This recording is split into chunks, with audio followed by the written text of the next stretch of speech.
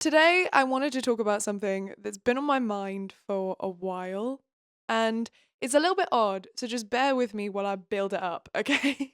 I have, the last few months, been thinking about this feeling of being behind. And it's really bizarre because it's not that I feel behind in comparison to anyone else. It's not that I sit at home and I'm, comparing my life to the people around me and I feel behind. I just can't explain it. I don't feel like I can escape this feeling that I am behind. And it sounds ridiculous. And when I say it out loud, it sounds ridiculous. And the reason I wanted to talk about it on the podcast is mainly because I want to see if you guys have experienced this too, or whether I am truly just losing my mind. It's, I think it stems from COVID because I don't remember feeling as, I'm going to keep saying behind, but figure that it's with like air quotations, like behind, because I don't know what that means. I just feel like I'm not progressing as fast as I should, or I'm not where I should be. And I don't know where that's supposed to be. Like, objectively, I look at my life, I'm about to get my degree, fingers crossed, if I can somehow write a 15,000 word dissertation in the next 20 days. We'll have to see. I'm about to get my degree. Yes, objectively, I'm doing that a little bit later in life, but I'm doing it a bit later in life because I built, several businesses. I have YDYB, my sustainable and ethical clothing brand. I have, YouTube, I have Twitch. And those are all been going pretty well, like I'm really happy. My schooling, I feel, I'm doing well with that. I feel happy with that. My friends, I have really wonderful friends, and I don't compare myself to them and look at their accomplishments versus mine. And I don't do that. I'm just very happy for them. I used to do it when I was younger, but I feel like that's something you can't really avoid when you're young, kind of just comparing yourself constantly to everyone. Um, it's something that I did. I mean, if you don't do that or didn't do that, bestie, you are the best of us. I used it a lot, and it was honestly one of the reasons why I was probably so mentally ill as a teenager, was because you get like death by a thousand cuts, right? On the surface, it doesn't seem like a big deal that your friend is doing one thing better than you. But then when you start comparing yourself to everyone that you know, everyone that you see online, everyone that is even slightly within your field of view, whether that's like physical field of view or on the internet, then you end up seeing all these different points of comparison and you lose nearly all of them. That's that death by a thousand cuts, death by comparison, because one little comparison, it won't make or break you, but you do that 1,000 times and realize maybe that this person has a slightly better grade than you, or this person has a hair color that you prefer. Like these really silly, tiny little things, but they add up. And so that really messes with your head. But that's not what's happening here. And then the more I think about it, the more I feel that it comes from COVID. Because I think COVID genuinely set me back like years. Or it didn't set me back per se. Maybe the better word is froze me in place. I've when COVID hit, so it was what, 3 years ago. So I was like 21 years old when COVID happened. And that was like my prime years, roaring 20s, I was about to hit it like Gatsby, except minus all the, anti-feminist issues going on with that man. Jeez. You know who should go to therapy? It's Gatsby. Sorry, story for another time. Anyway, COVID lockdowns, and obviously it's different depending on where you are in the world and how your local government and overarching government dealt with it. In the UK, it was an utter shit show. Terrible. The Tory party, I swear to God, if you ever get elected ever again, I will personally go on a crusade against you. If anyone I know voted for you, I will find them. And I will, against their will, list off everything wrong with the Tory party, starting with COVID, but not ending there, because it is possibly an indefinitely long list. But yeah, if you're not familiar with the UK politics, the Tory party is the Conservative Party. They're the party that was in government, have been for the last 12 years, and have run this country into the ground. But they were responsible for COVID. And obviously one of the biggest things over COVID was the fact that they did not do well in managing the lockdowns. So they didn't get lockdowns when they should have done lockdowns, and when they did, it was like too late. And they just were not great, and they fearmongered a lot, but not in a way that was effective. Like, they didn't communicate statistics or say like, hey, this is what we know as of right now. It was more just like, if you go outside, your nan is going to die, which reasonably could be true. Like, realistically, yes. But the problem is when you fearmonger that hard and then it comes out that you and your party members did not stick to COVID guidelines. For example, if you don't know this, the Tory party had parties, actual parties, during lockdowns. So they were telling people that, you know, you can't go and see your dying relative, you can't say goodbye for the last time, but we are going to have a big piss up in the Houses of Parliament. That kind of thing. Which obviously, really not cool. Maybe an understatement there. Not cool at all to do. And the thing is that yes, I do think an element of like fear is important when there's a public health crisis like COVID. But the problem is they really fearmongered so hard. And then it turns out that a lot of the stuff that they said they knew wasn't necessarily true or was not as big of a deal as they made it because they did not follow the guidelines. And what ends up happening is then people end up distrusting the government. Now, don't get me wrong, I am pro distrusting the government. What's that TikTok sound? Whenever someone says that the government wouldn't do that, yes, they would. Yes, they would, in short.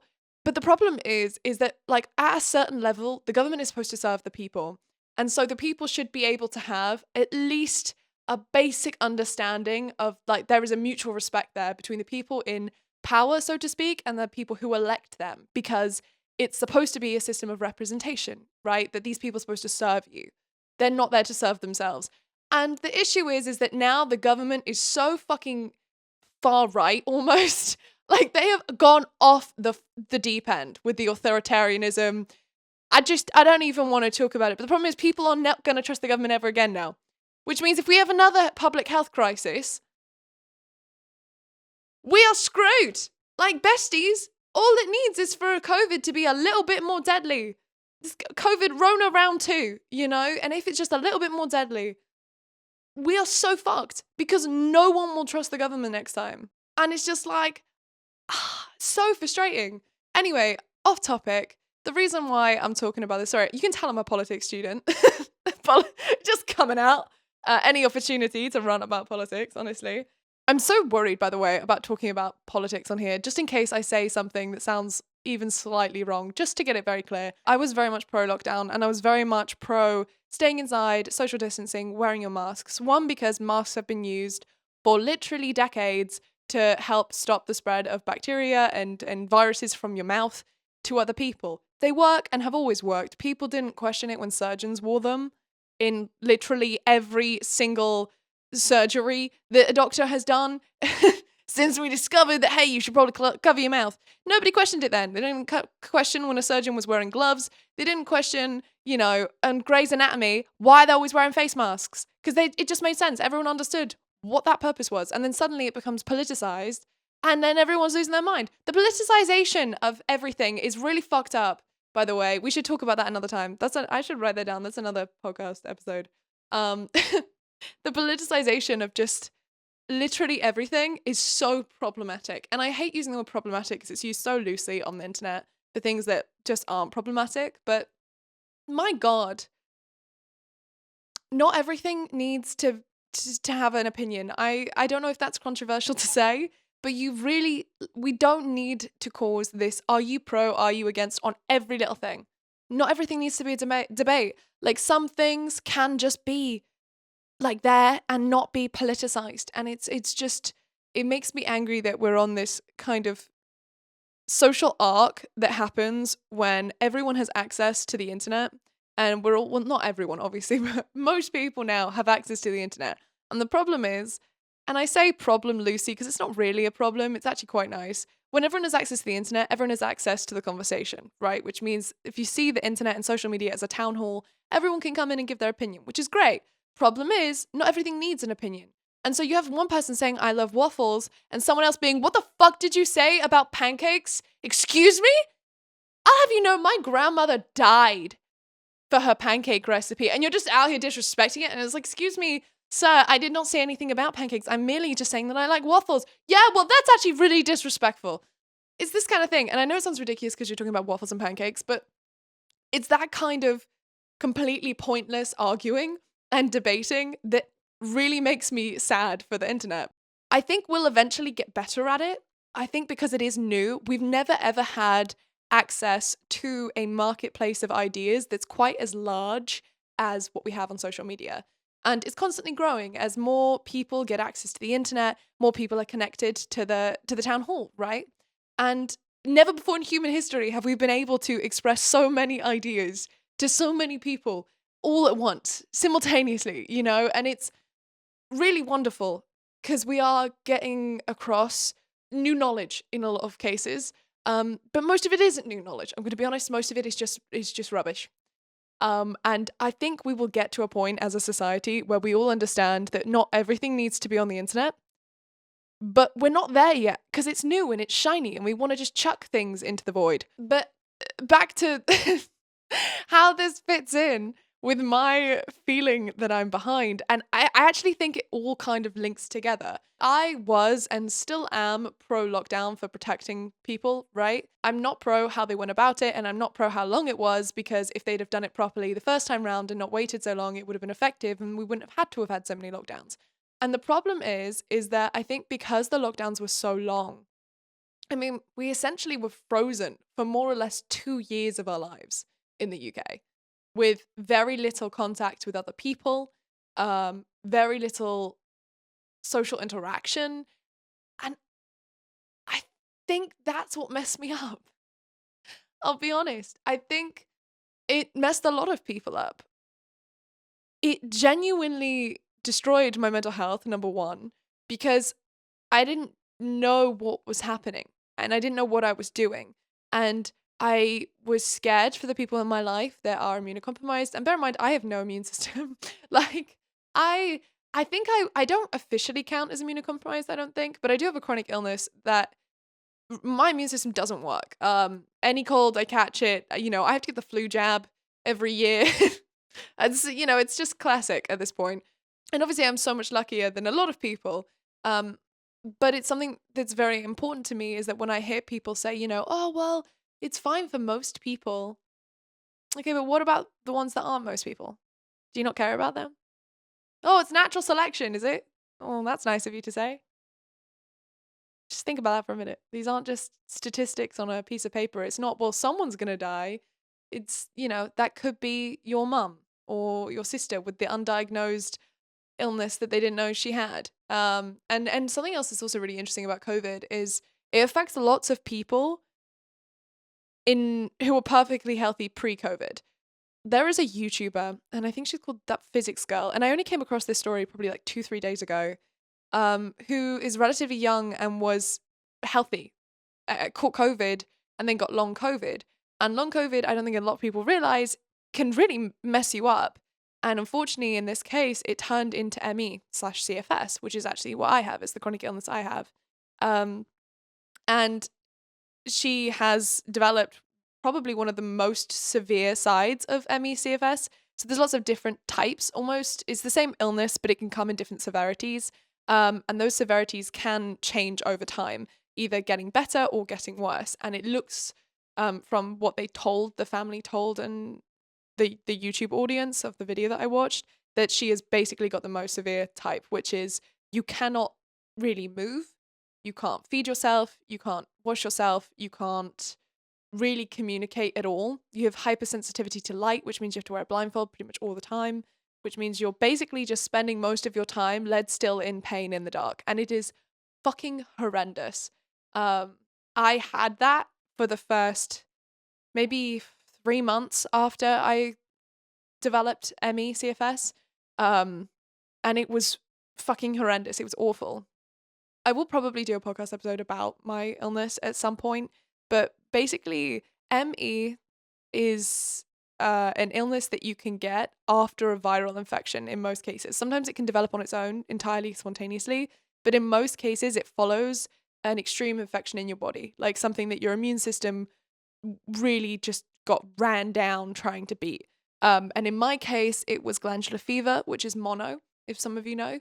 I caught that and I ended up in hospital because I ended up getting like acute tonsillitis, and I couldn't breathe and I couldn't swallow, and my body just couldn't fight it off. And I ended up hospitalized on 2 separate occasions because my body was just not doing all right. And yeah, my body just basically never recovered. That was 6 years ago now, 5 years ago.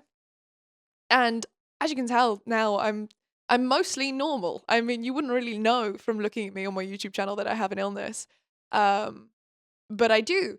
And luckily, I am one of the people whose illness has got better. My ME barely bothers me anymore. It flares up probably once every 2-3 months, and I have a week or so where I can't get out of bed, and I can't really do anything. But to be honest, I'll take that. That's a W in my eyes. And it's so sad when I see people talk about how, COVID doesn't matter or didn't matter, or it was all a conspiracy, because it's not. And it's not just the people who were already sick that you need to think about in terms of COVID.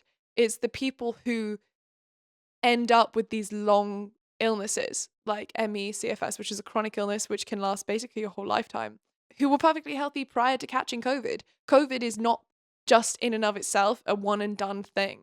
For some people, and that could be you, it could be someone you love, get sick as well. And I know you guys probably don't know this, so I don't mean to like lecture you about this, but yeah, it's something that made me really sad because I feel really passionately about protecting other people. And so I really was very much a stay inside lockdown kind of gal. And I remember it like midnight when everyone was asleep, me and John would walk the deserted streets and we'd go to the park and walk the dog. And it was just kind of like this weird period of time where there were no planes in the sky and you couldn't hear anyone talking. And it was like someone pressed pause. And part of me feels like no one ever pressed play again. And in my head, I'm still 21 and I'm still sat there listening to the news announcement that, you've got 24 hours and then you have to stay inside for an indefinite period of time. It was supposed to be 2 weeks. It was not. It was months. And my mental health just was like, at first it was okay, to be honest. I was fine. I was a bit, as confusing as it was, I was obviously terrified and I was really sad for all the people that were suffering with COVID. And I was really empathetic for anyone working for the NHS or any, health professional who was dealing with that on the front lines. But for people who weren't like that, regular civilians who were staying inside, who didn't catch COVID, and I still haven't got COVID to the best of my knowledge. And I tested rigorously, but I don't think I've caught it, which is pretty cool. I mean, objectively, but I stayed inside, and for a moment it was almost like a relief because all the pressure was off. Because a lot of the time, I don't know how many of you deal with this, but sometimes I think if I could just have a 2-week sleep and everything just stayed still, it would allow me to finally relax. I could finally just catch up. Or if the timer would just stop and I could just get this task done and this task done, I would be okay. Feeling like you just want that break just for a minute. And for the first 2 weeks, I was like, whoa, this is scary and obviously incredibly uncertain. But we had wonderful weather and the sun was out. And I just remember thinking, this isn't so bad because everything's just stopped. And I got to rest for the first time in what felt like ages. I had a really long sleep. And I was like, wow, damn, okay. And then the 2 weeks came and went. And it just got worse. And then I remember feeling guilty for feeling that initial sense of relief, right? Because I was like, oh, well, I was kind of enjoying it almost. Whilst you've got people literally, suffering. And I felt really bad. And then it just went on. And then all I was left with kind of was my own internal narrative. And I still had people to talk to. Obviously, I was locked down with my family and I was locked down with Jean. And I had people to talk to.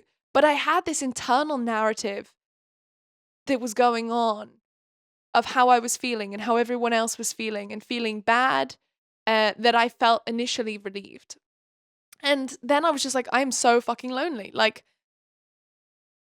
I need I need to talk to people. And then I started streaming and that helped because I didn't have any structure. And I'm one of the people where I really need structure. in my life. Like I need a routine, otherwise I just melt. I'm like one of those clocks by that artist. Was it Salvador Dali? Is that his name? You know, I think isn't he a bad? Is he a bad guy? I remember reading something once about him being a bad guy. Anyway, the guy who drew all the clocks that were melting. That is me if I don't have a schedule. If I don't have some kind of plan, that's what happens to me. I remember I started streaming every single day of lockdown and we had like a routine and it was so fun and I made connections with people on the internet and it was great. I'll be honest, I really enjoyed that. It was so much fun to talk to people and have like these mini parties and I have really fond memories of that. But at the same time, it didn't feel real. It was more or less the same routine every day. And all I looked forward to was the time that I had a little bit of conversation with these people on the internet. And I don't remember much of it. I honestly feel like my cat is, are you okay? You come to hang out? I honestly feel that my brain blocked out a lot of COVID because of the 2 years, more or less, that we were locked down on and off. I remember maybe a few days of that time because it was mostly the same thing every day. And I feel like that's where this feeling of I am behind comes from. Because in my head, like I said, I'm still 21.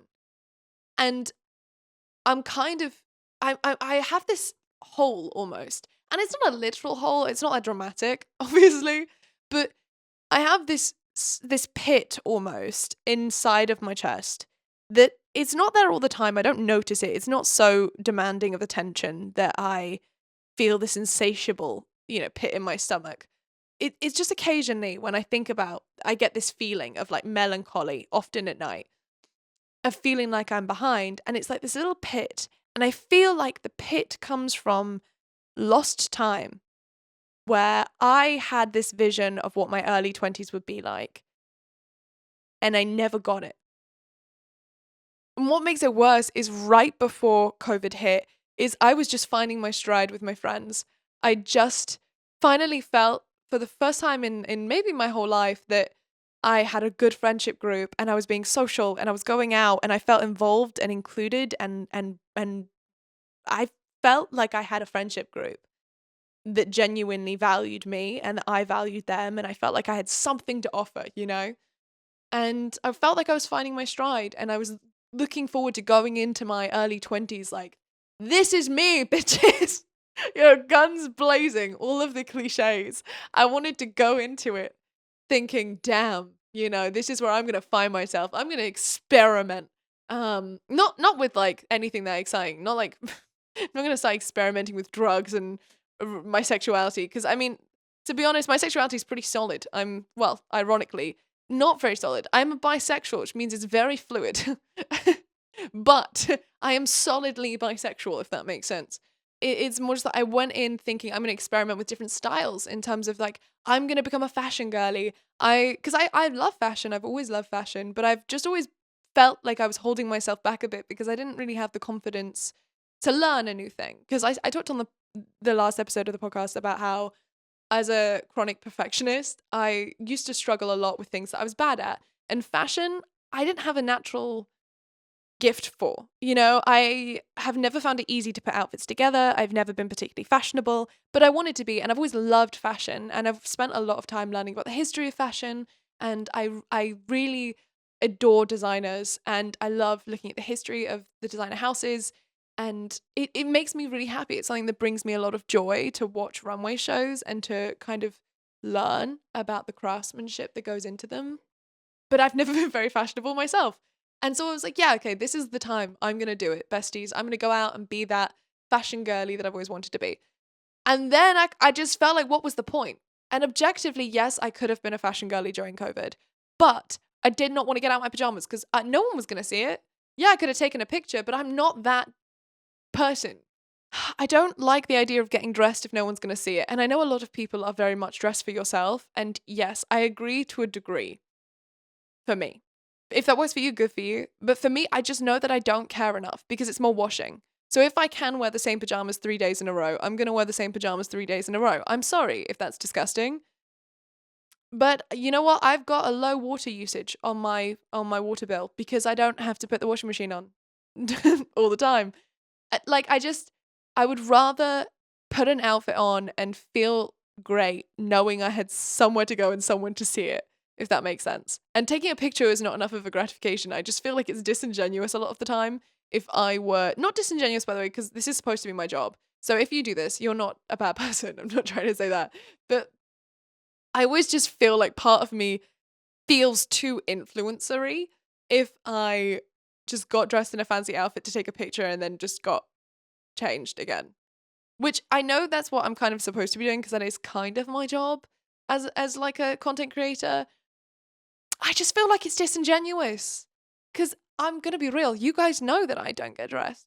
I put out that energy. Like if you were to pick out YouTubers that really don't make an effort with their appearance, I would definitely be up there on that list. You know, I should probably try a bit more. And the thing is, I love getting dressed up and I love putting makeup on. I'm not particularly good at either of them, but it's something that I'm learning. I'm learning to be a makeup girly. We'll have to talk about internalized misogyny another time because if I get caught in that tangent now, we'll have just covered far too much in one podcast episode. But yeah, I used to be one of those girlies that had some internalized misogyny and did not think that I should be spending my time focusing on makeup because for some part of me, I was like taught, I guess, in subliminal messaging that was inherently bad because femininity and things that are inherently perceived in the media as feminine are obviously bad, guys. Of course.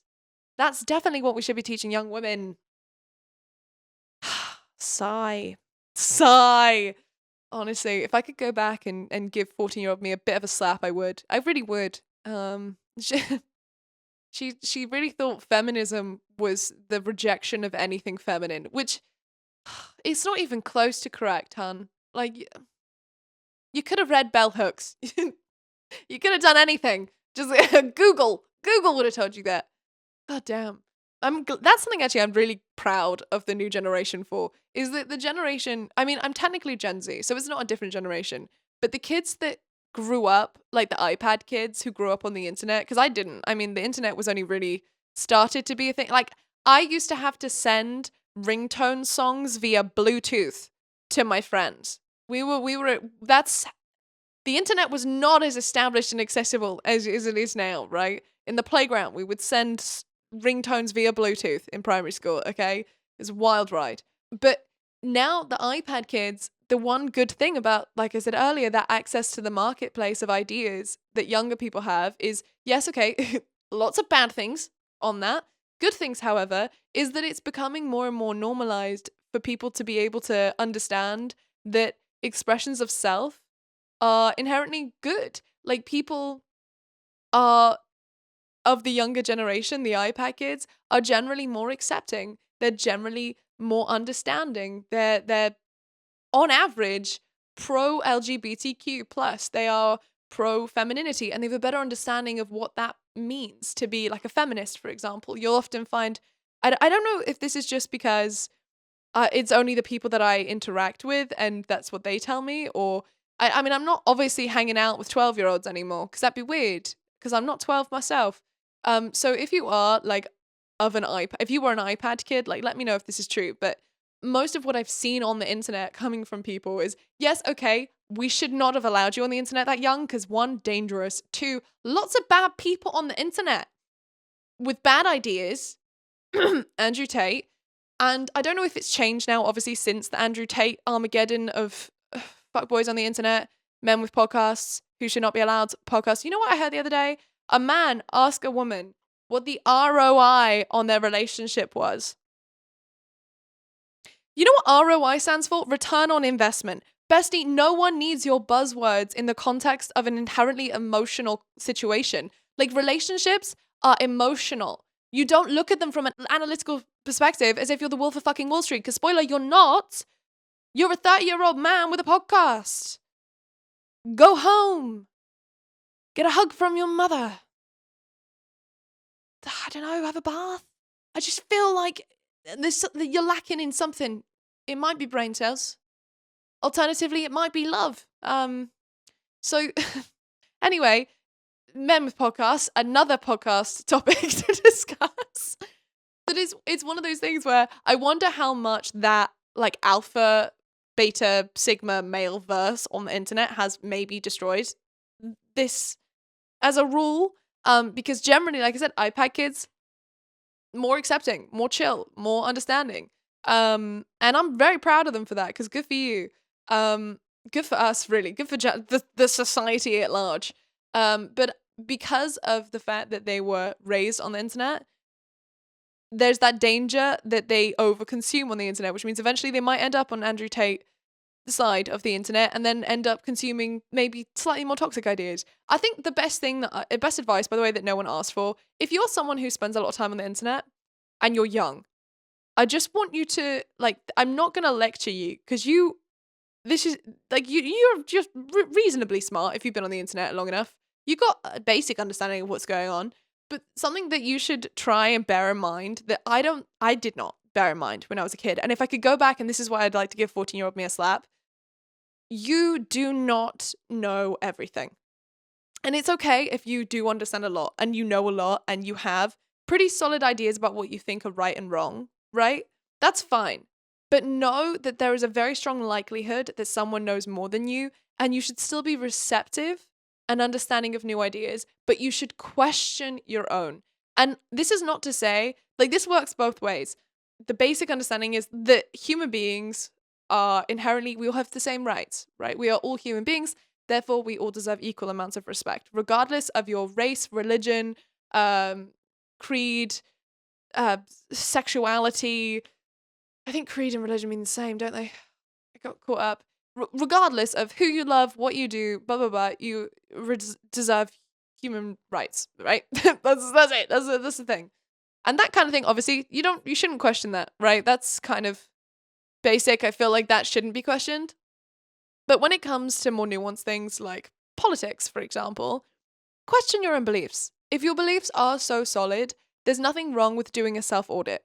Okay? So, say, for example, I believe that neoliberalism is bad. Neoliberalism, if you don't know, is like an economic and political ideology that basically fucks over working class people and lines the pockets of rich people. Spoiler, the Conservative Party are a neoliberalist political party. Anyway, if I believe that, right, I should still be like, okay, why do I believe that? And I should go out and seek arguments maybe against that, and see if the arguments against me still solidify my belief or whether they make me question it. Now, I've done this, like, from all standpoints, from all economic standpoints, from all ethical standpoints. Neoliberalism is bad and you should not.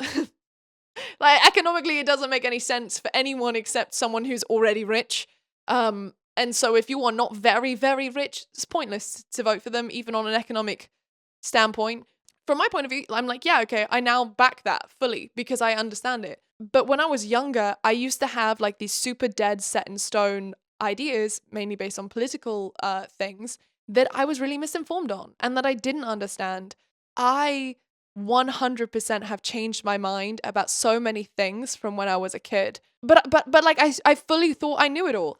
And I think the issue is that if you are a kid and you've grown up on the internet and you get on like the toxic masculine side of the internet, or you get on the far right side of the internet, which are they're one and the same at this point almost, but if you get on that side of the internet and they get these ideas into your head, unless you come at it understanding that you should still be open to other people's ideas, that will be stuck in your mind for so long, and it will take being an adult for you to hopefully grow out of it, because you will realize that type of like energy only hurts you. And it's so hard to explain this without sounding like I'm being wishy-washy. Like the argument is, if you don't stand for anything, if you stand for nothing, what is the argument? I don't even remember anymore. There's a saying basically that you should stand for something, right? And what it sounds like I'm saying is that you shouldn't stand for anything. You shouldn't have any set beliefs. That's not what I'm saying at all. What I'm saying is, if what you believe so strongly, it's okay to still question it and entertain the alternate of that. As long as, and there are conditions on this, as long as you're not fundamentally questioning someone else's existence. I don't know if I'm explaining this very well. Basically, what I'm saying is just know that if you're younger and you are someone who spends a lot of time on the internet, it's okay not to know everything. It's okay not to have an opinion on everything. And it's important to make sure that you're regularly checking in with your own beliefs to see if they still fit. I think that's a much better way. I could have just said that in the beginning. I don't know why I didn't say that. It's just important to make sure that you're not questioning your beliefs in a way that undermines them, just questioning the alternate argument and seeing how that fits into your worldview. Because not only does that make you more understanding of the things that people might use to argue against what you believe, and therefore you can arm yourself better with ammunition against that and defenses against that, which makes for better arguments online, I guess. Makes you a better debate lord, which I don't necessarily recommend, but it can be good to pull out of your back pocket at Christmas dinner when someone starts inevitably being, something ist. Could be racist, transphobic, ist. No, that one doesn't work. That was failed. Second example, and I failed that. You know what I mean? When someone starts hitting with a bit of hatred, you have some arguments in your back pocket to go against, and you can only get those arguments if you know what the other person will argue. If that makes sense, you can only have a defense for an argument you anticipate, and that's something that I've learned a lot. Is that it's really important to do check-ins with your beliefs and allow them to adapt and change as you grow, and not take everything you read as 100% solid. Unless, of course, it's that all human beings have basic fundamental rights and are deserving of respect. Because that is something you should never question, ever. And that's something that you should have. Okay. I don't know how I got here now. Oh my god, every podcast we end up so far away from where we're supposed to be. I wonder how the iPad kids did during lockdown. Probably the same, right? And I keep calling you guys the iPad kids. Sorry if you are a former iPad kid. It's the only way that I can it's a very short term to encapsulate exactly who I'm talking about because everyone gets it. If I were to say kids who grew up on the internet every single time, it doesn't make sense because then you'd be like, oh, well, technically I did grow up on the internet because I had the internet when I was a teenager and I'm still growing a lot then. But what I mean is the kids who quite literally do not remember a time without the internet because I do. I remember a time where we were disconnected. And that was intense. But I'm talking specifically about the iPad kids because it's a very descriptive phrase. I love that. I wonder how the iPad kids did during COVID is what I'm trying to say. Because a lot of them were chronically online anyway, right? And I wonder if it affected their mental health or whether it was just a continuation of like this side of them that existed pretty much seamlessly alongside the version of them that went out physically to go to school. Do you know what I mean? Because for me, I'm very much similar. Like I spend most of my time online, right? Because of my job and because who I am as a person. I really enjoy consuming content online and I enjoy being on the internet. And that's how I talk to a lot of my friends because we're all across the country, we're all across the world. And that sometimes is the only way that I get to talk to them. So I spend a lot of time online. However, I am very much the kind of person who feeds off the physical energy of other people, which makes me sound like a parasite. Not in a bad way, I hope. But I really love being around people. Even if we're just sat in silence, I feel comforted knowing I'm around people and having conversations with people and being able to understand their points of view and who they are as a person and get to know them on a deeper level. That's really important to me. And that kind of charges my soul, so to speak. And I didn't get that over COVID. And that fucked me up because I was getting part of it, I guess, through streaming online. But for me, there's this physical aspect to connection that is so important for me as a person. And I'm wondering if the kids who grew up on the internet missed that as much because how does that affect your brain? If you're an iPad kid, is it like two parts? Is it two sides of the same coin in a way? Is in one part of you can get that kind of social recharge from interacting with your friends online because that's been an integral part of your upbringing? Or is it more so that you still need that balance? I wonder if it's more of an individual thing rather than a generational thing.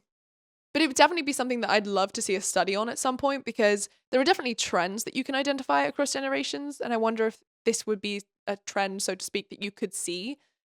I'm really interested in how technology has changed the way that we interact and how we socialize because we must be adapting slowly, right?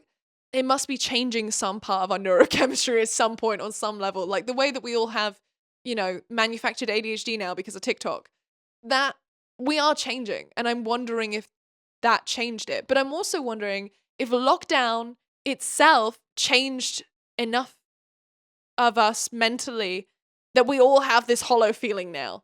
You know, do we all feel that we missed out? Have we all lost time? Because I think that pit in my stomach is one, because I lost all that time. And even though I didn't technically lose anything, it feels like I did. It feels like I was robbed of a lot of opportunities and a lot of moments with friends that I could have had.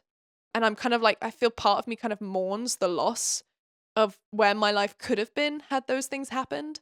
And another part of me is that there's all these conversations and all of these memories that I wish I made, that I feel that even if I were to make them now, it wouldn't be the same, because I'm at a different point in my life, because COVID did happen and it took a mental toll on me, that lockdown. And so now that kind of like hole that I have can't ever be filled, because it was a hole made when I was like 21, 22, 23-ish, right? That's when that damage was done. So now it's like scarred over. I don't feel that I'll ever be able to fill that pit. Is this what it felt like in like the Marvel universe when Thanos did his snap? Because you know everyone just disappeared, right? And then they just came back. Like how many years was it? 5 years later? That's what it feels like. That feels like that. Except when I was away, my body still aged. I didn't come back the same age I left. So like I was Thanos snapped, start of lockdown, I came back, but now I've got grey hairs and eye wrinkles. That hardly seems fair. I was 21 when that started. Excuse me, sir, I would like a refund. That is outrageous. I don't know when it's going to go away, because I still see my friends, and I had a really wonderful summer last year where I just was seeing my friends all the time, and we were having a lot of parties.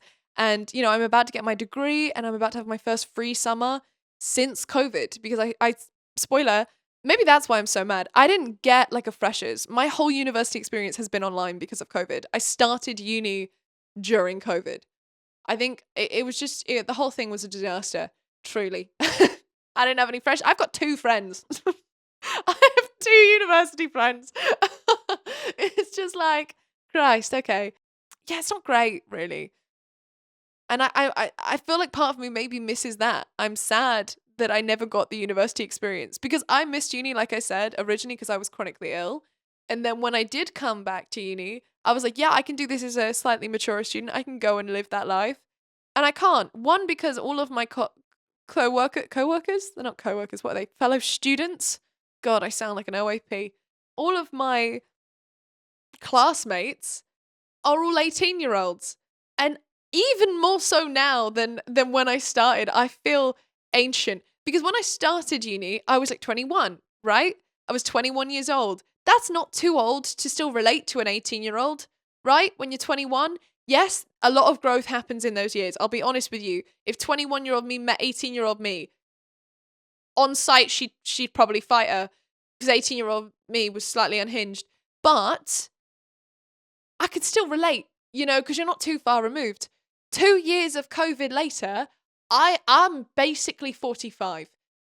Meeting a fresh out the womb 18-year-old as a fresh 44-year-old, 45-year-old, I've got nothing in common with them. I go to uni, I look at this child, and I'm like, you've never even paid taxes. What? I can't bond with you. How are we supposed to relate to each other? I'm like, does your mum still make your dentist appointments for you? Okay, fine. We've got that in common then. Do you still get your mum to call the doctors when you're sick? Right, cool. Okay, that's my in.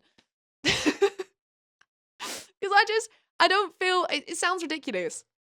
And I'm sure I'll say the same thing about myself as a 28-year-old, as a 30-year-old, a 35-year-old. I'll look back at me from a few years ago and just not cringe, but just be like, damn, you did not know shit.